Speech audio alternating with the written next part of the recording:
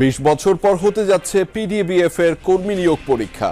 স্বচ্ছতা নিশ্চিতে সেনাবাহিনীর তত্ত্বাবধান, দুর্নীতির সুযোগ হারানোর শঙ্কায় বাধা হয়ে দাঁড়িয়েছেন শ্রমিক নেতারা।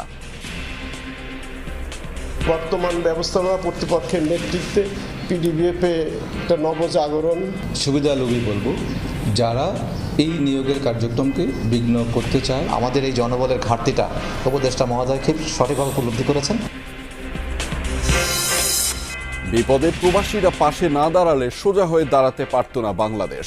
কাতারের প্রধান উপদেষ্টা, পণ্য পরিবহনে সিলেট বিমানবন্দরকেও কাজে লাগানো হবে।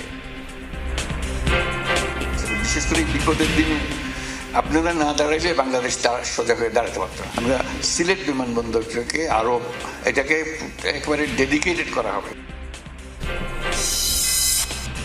বাংলাদেশের রাজস্ব আদায় এখনো কাঙ্ক্ষিত নয় বলছে IMF। ঋণের নতুন